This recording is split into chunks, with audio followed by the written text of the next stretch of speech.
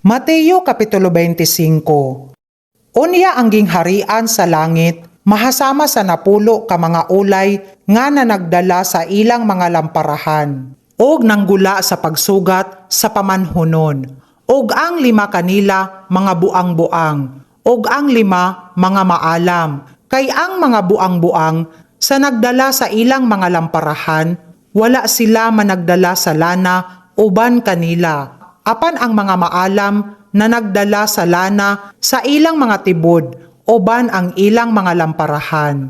Karon sa nadugay ang pamanhonon, na nagduka silang tanan, og nangatulog. Apan sa tungang gabii, may usa ka singgit. Ania karon, ang pamanhonon nagaanhi. Sugata ninyo siya. Unya kadtong tanang mga ulay na nagpamangon, og gihikay nila ang ilang mga lamparahan, og ang mga buang-buang na nag-ingon sa mga maalam, hatagi kami ninyo sa inyong lana, kay nagakapalong ang among mga suga. Apan ang mga maalam na nagpanubag nga nagaingon, tingali kulangon kami, pangadto hinuon kamo sa mga nagabaligya, og pamalit kamo alang kaninyo, og samtang miadto sila sa pagpalit, miabot ang pamanhonon, og sila nga mga andam, mingsulod uban kaniya sa kasal, o gisirhan ang pultahan.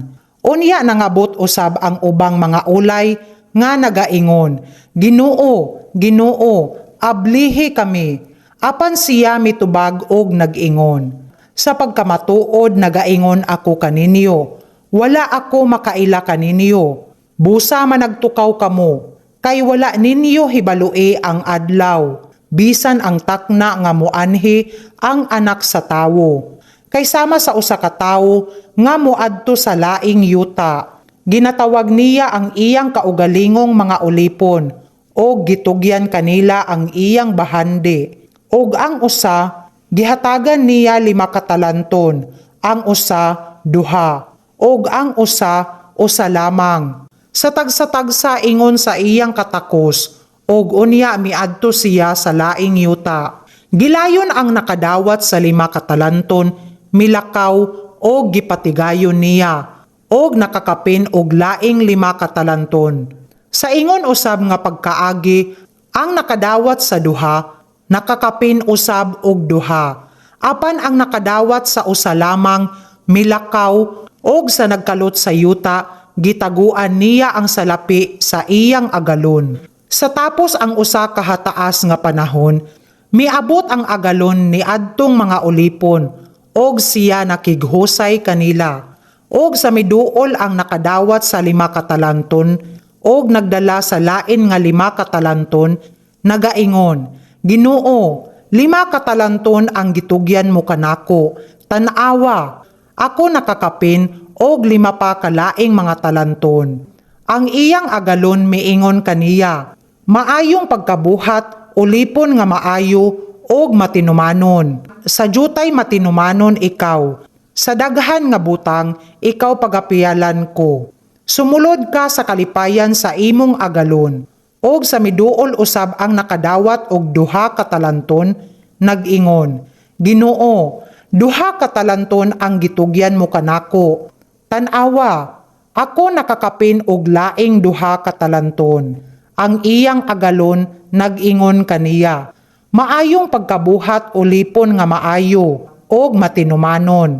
Sa jutay matinumanon ikaw, sa daghan ikaw pagapiyalan ko. Sumulod ka sa kalipayan sa imong agalon, og sa miduol usab ang nakadawat sa 1 katalanton, nag-ingon, Ginoo, nanghibalo ako nga ikaw tawo nga matig-a, nga nagaani ikaw sa wala mo hipugsi, og nagatigom ikaw sa wala mo masabulake.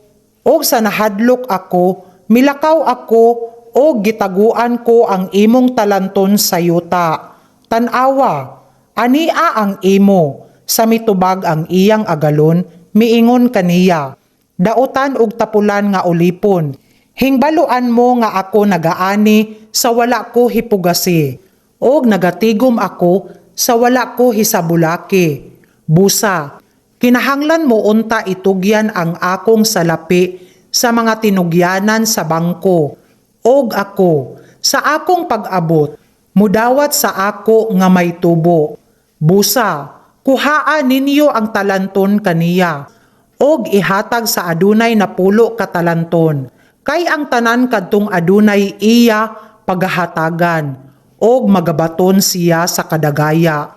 Apan ang walay iya, bisan pa ang iya pagakuhaon kaniya.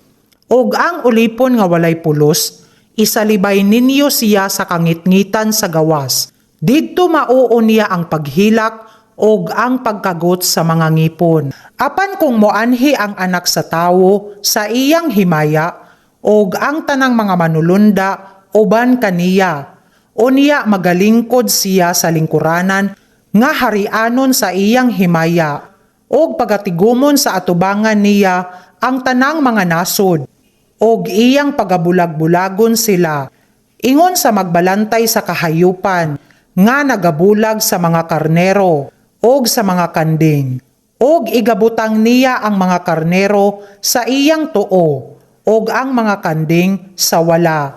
Unya ang hari, magaingon sa mga nahatuo kaniya, umari kamo mga binulahan sa akong amahan, panunda ninyo ang gingharian, nga gitagana alang kaninyo, sukad pa sa pagkatukod sa kalibutan. Kay ako gigutom, o gipakaon ako ninyo, giuhaw ako, o gipainom ako ninyo, nagdumuluong ako, o gidawat ako ninyo, hubo ako, o inyo akong gipabistihan, masakiton ako, o giduaw ako ninyo, nabilanggo ako, o mianhi kamo kanako.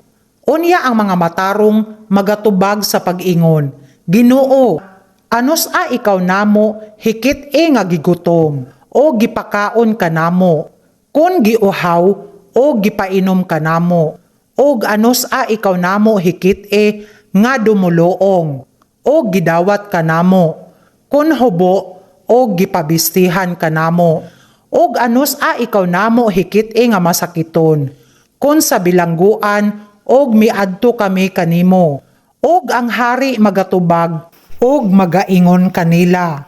Sa pagkamatuod nagaingon ako kaninyo, nga sa pagkaagi nga gihimo ninyo kini, sa usa ni ining akong mga igsuon, nga mga labing gagmay, kanako gibuhat ninyo. Unya magaingon usab sa mga nahawala, pahalayo kamo kanako mga dautan, ngadto sa kalayo nga walay katapusan, nga ginatagana alang sa yawa og sa mga manulunda niya. Kay gigutom ako, og wala ninyo ako pakana, giuhaw ako, og wala ninyo ako paimna, nagdumuluong ako, og wala ninyo ako pagdawata, hubo ako, og wala ninyo ako pabistihi, masakiton ako, og sa bilangguan, og wala kamo managduaw kanako.